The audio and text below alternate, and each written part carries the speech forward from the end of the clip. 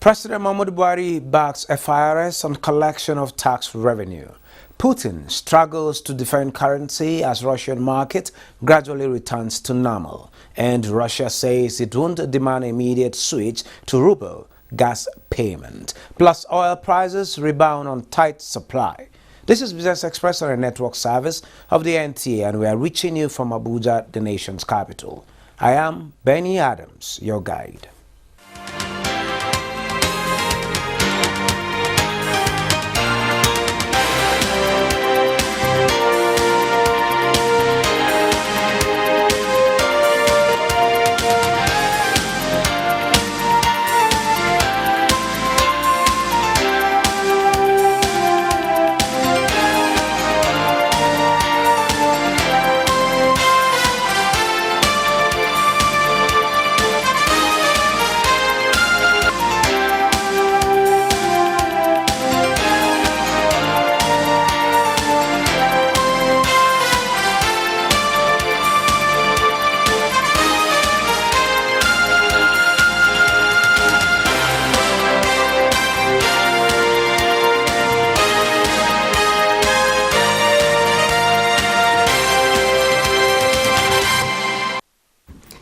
It is time to talk business. I will start by telling you that the Federal Competition and Consumer Protection Commission says it receives and addresses more than 100 complaints daily, with banking, telecoms and aviation sectors having the most complaints.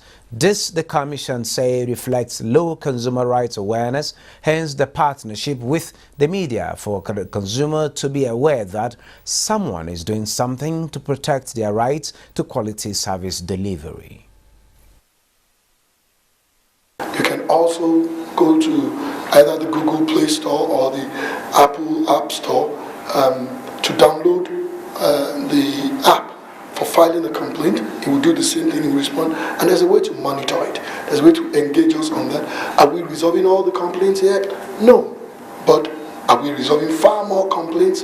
Yes. And for us as media, I think it's also our responsibility to make people understand that they have a right to ask questions, not just asking questions. If you're not satisfied with whatever services it is that you have received from a particular provider, there is an organization that has the mandate to protect you. And the Chief Executive Officer of Nigerian National Petroleum Company Limited, Melikari, has explained to the House Committee on Public Accounts that subsidiaries under the company are transparent and accountable. The appearance of the CEO is sequel to the invitation by the committee. Listed Kama companies, fully registered Kama companies operating under the Company and Allied Matters Act. NNPC has nothing to hide. The same audited account that you have, we have published it for the generality of Nigerians to see, read, and comment on it. Need for synergy in tax administration among the different tiers of government and promotion of ease of doing business and tax compliance dominated conversations at the second Federal Inland Revenue Service Tax Dialogue in Abuja. Boserebo has the details. Nigeria has 38 tax authorities, 1 for the federal government and 37 for the states and FCT, in addition to the 774 local government revenue authorities. And yet, a lot of revenue is being lost along the way.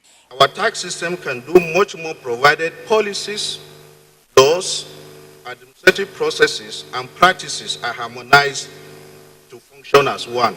This gathering seeks to change the narrative by building a consensus on harmonizing the fragmented tax system for improved revenue. Lack of uniform tax laws and base erosion and profit sharing as the major causes of tax leakages in the mining sector. Like some say, the debt structure is too high, then there is a need, therefore, for us to appeal to both individuals or corporates who have a responsibility to pay their taxes to continue to do so. Because it is only when we do so that we are able to raise revenue to fend for our people. We have the option of optimizing domestic revenue by instituting sufficient, efficient tax system that serves government at all levels. This is the story in major economies, and it has to be the story of Nigeria. For President Muhammadu Buhari, harmonizing the tax system across the country is a good start, but more needs to be done in promoting ease of doing business and tax compliance in Nigeria. The government must succeed at securing a buoyant domestic revenue base for the country. That is one way of bequeathing enduring economic foundation, political stability, and social harmony to the next generation. Speakers agree that citizens need to know the taxes they are meant to pay, how to pay them, where to pay them, when to pay, and why they must pay. In Abuja, Boss said they able. Okay, with Bossede's background there, the second National Tax Dialogue Week in Nigeria, and the tax experts have also expressed concern at the current tax system in the country, characterized by fragmented administration, multiple and overlapping taxes. In line with the theme for the week, a tax consultant, Tajuddin Akande, joins us from Lagos to discuss harmonization of tax collection in the country. Mr. Akande, if you are with me, a very good afternoon to you. Good afternoon. Good to have you join us at this time. How is Lagos? It's a pleasure. Lagos is fine. Warm as usual. Wow. Okay, let's get to business. It's no longer news, though, that the multiple tax bedevils Nigeria's tax system. What is the way to solving this particular challenge? You have 774 local governments having their own tax authorities. You have states having their own tax authorities. And at the central here, we have FIRS. Then you hear the argument, okay, states are supposed to collect their tax, not the federal collecting on behalf, though the president yesterday happened to intervene in that. But in your own view, what should it be? Thank you very much. I'm tempted to say that you said it all. As we have today, we have about 38 tax authorities, one for the federal government, one for each of the 36 states, and one for the Federal Capital Territory. Nigeria have a list, which is called a list of approved taxes collectible by the different subunits of the Federation, the federal government, the state government, and the local government. Sure. Now, on that list, you have a total of about 39 different taxes and levies and fees which Nigerians have to pay. Of course, when you have that kind of situation, you don't need to stretch the imagination too far to realize that it would lead to inconvenience, even for the taxpayer. If you have to pay different taxes at different times. One of the fundamental principles of a good tax system is convenience. Convenience in terms of time and amount to pay, where to pay, and on what income is that tax imposed. So we have a situation today where an individual need to deal with different agencies. If you run a business, you have to deal with Federal Inland Revenue Service. You leave your own income, you have to deal with the state internal revenue, and you have to deal with local government in terms of fees and levies. So when we are talking of tax harmonization, what we are saying really is that the fragmentation of tax administration and the sheer number of taxes and levies, no matter what name you call it, any payment you make that is not directly attributable to good or service is a tax. Call it levy, call it whatever. So for Nigeria, even as a country, in the world, when we are looking at the criteria for ease of doing business, all those taxes are counted, and they say, look, if you do business in Nigeria, you have about 39 different taxes to pay. There are so many agencies, to deal with. So harmonization means streamlining the number of taxes. You can consolidate. A taxpayer, let's take company income tax. You have 30% company income tax. On top of that, you have 2% of accessible profit for education tax. Yes. There is the police trust fund, which is 0.005% of your profit. Put that together, about 32 and that's of the tertiary education fund. Yeah. So a taxpayer may prefer to just pay 132 point something percent, then you go and share it rather than deal with this and fill this return and fill that return. Okay. Now, before we talk about how this synergy should be, how this streamlining should look like, because of this multiplicity, you have people getting to escape along the line. How can the authorities nip this in the bud? Well, the first thing is to deploy technology. You see, the world, if you have to deal with silos at different places, and even the chances are that you could do something here and you escape both. First, in terms of our identity, Nigeria must have a system whereby you register a business today, it's automatically captured by the revenue authorities exchanging information or data with the Corporate Affairs Commission. We have a national identity number, which means every Nigerian we should be identifiable. So if we have technology where our data is available to revenue authorities, that is one way. Okay. In terms of assessment of those taxes, you can imagine if you get a bill today you get a bill from local government, say pay radio taxes, television license, land use charge come from a different unit. Sure. Then you dispose something, you have capital gains tax. You want to register a vehicle. Just imagine if as you're doing some of all these things, there is a system that can capture. Like today, if you pay to the bank, they can capture what goes in. That's why we are paying this electronic money transfer charge, right? So technology is one way that we can do this, so that aside from identifying who the taxpayer should be, assessment, payments, collection, we should be able to have it seamlessly. Okay, you actually mentioned identifying who should pay tax. And we understand that out of more than 200 million Nigerians, just about 41 million are actually paying their taxes. And half of this number are actually public servants whose tax, but we're talking about income tax, comes directly from source. How about businesses that are not registered? How can these people be taxed, and how can also government expand the tax net? Now, of course, we all know that a large portion of our economy is in the informal sector. Yeah.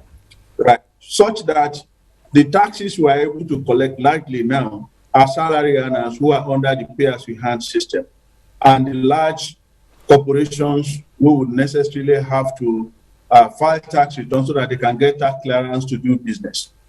Now, part of the reason that the small micro businesses, sole traders don't even bother to go and register, the part of the reason is this multiplicity of taxes and administrators you need to deal with.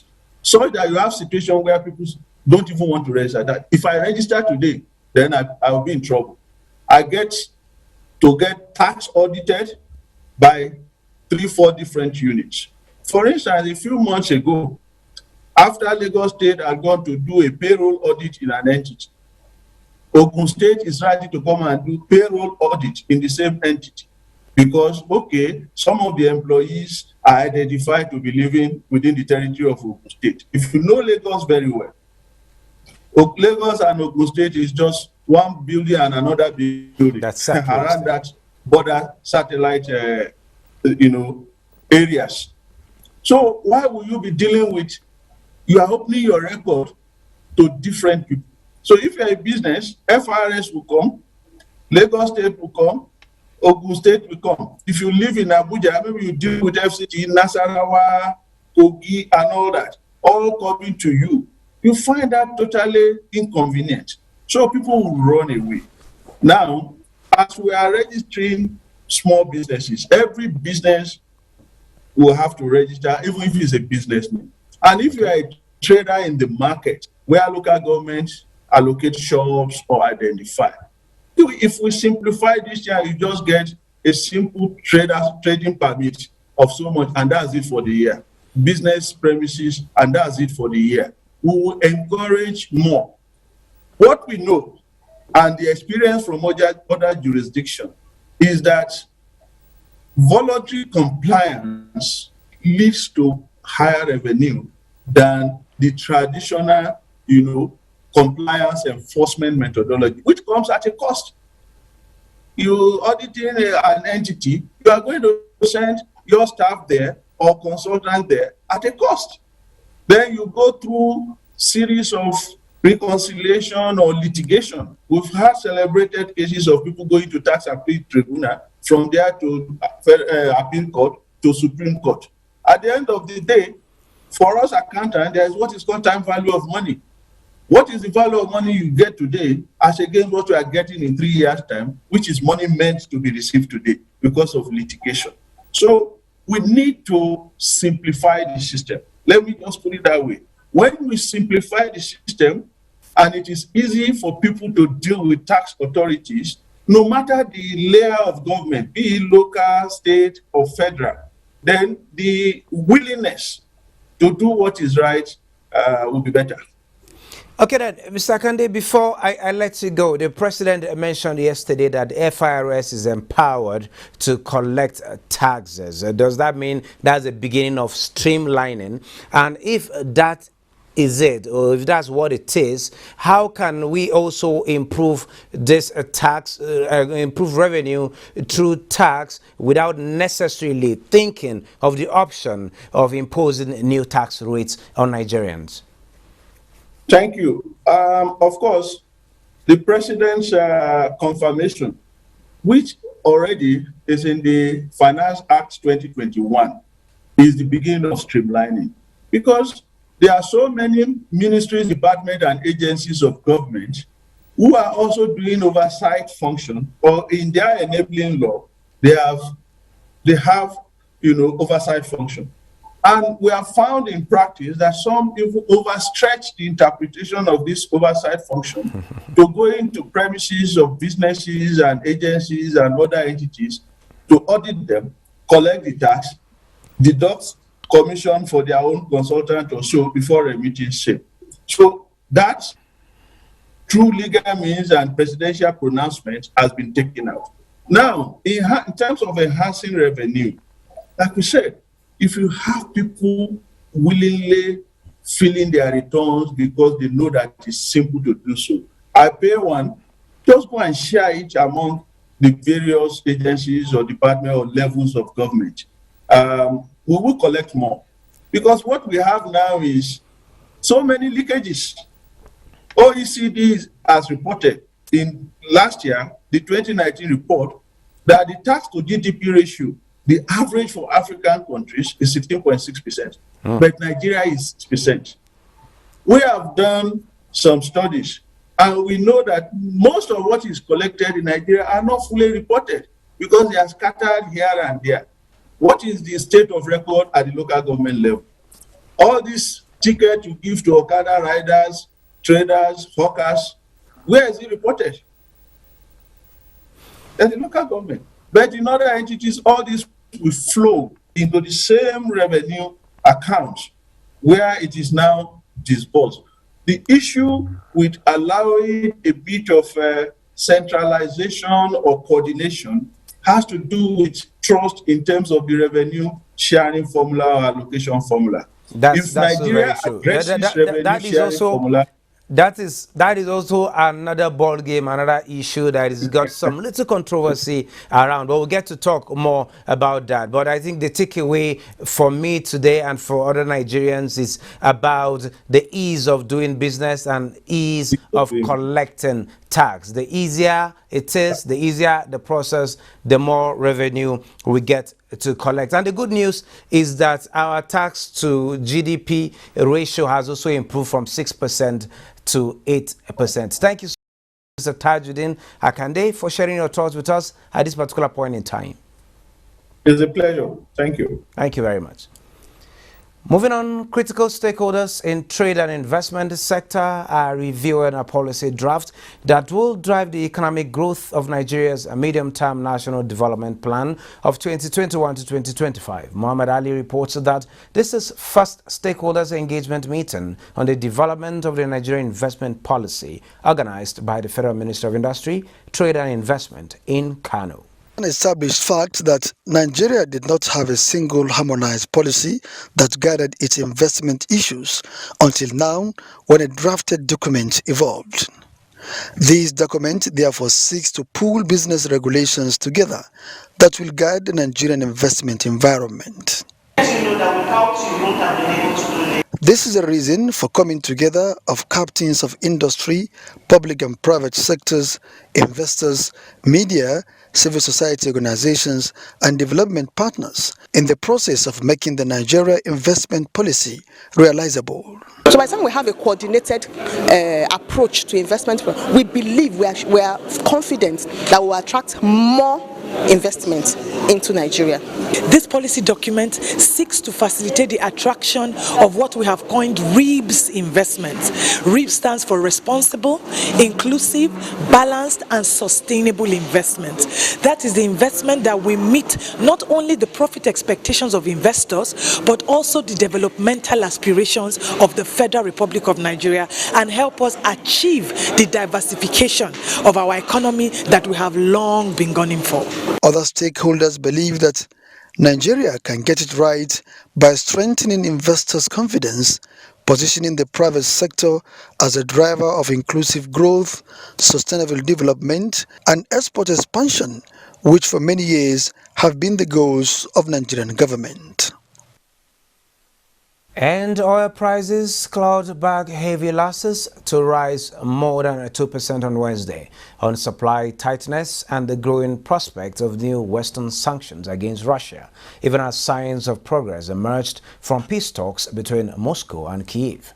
Brent crude futures were up $2.48 at $112.71, reversing a 2% loss in the previous session. U.S. West Texas Intermediate crude futures rose $2.72 to $106.96 a barrel, erasing a 1.6% drop on Tuesday.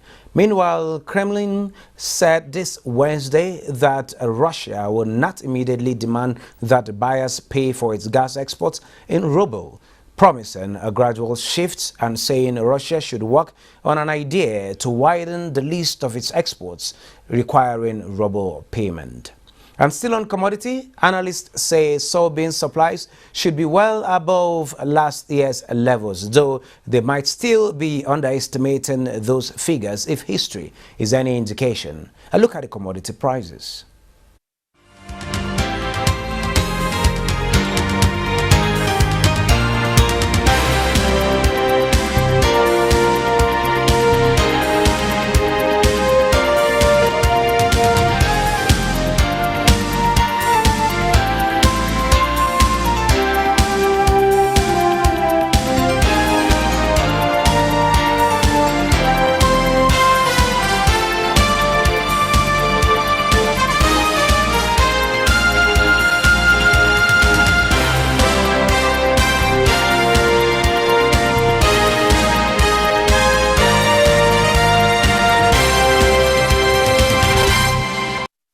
Stocks gained marginally midweek on the back of improved investor sentiment. The all-share index climbed to 46,904.48 basis points, while equity capitalization ended the session at 25.278 trillion naira. 201 million shares swapped hands in 4,017 deals, valued at 2.62 billion naira. Banking stocks dominated trade, with Ecobank, Access, and Zenith Bank taking the first three places. Well, that's a wrap on Business Express for this edition. Join us again tomorrow for another edition.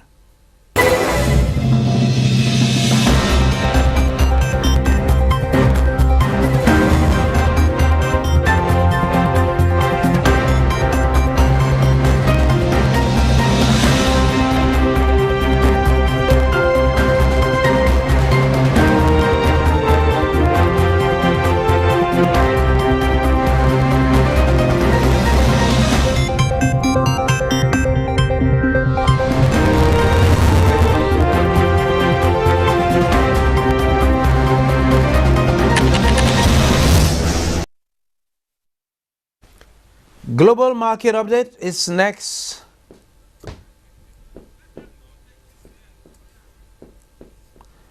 Global market update is next, where U.S. stocks rally and defy economic unease. Neka Oko takes it up.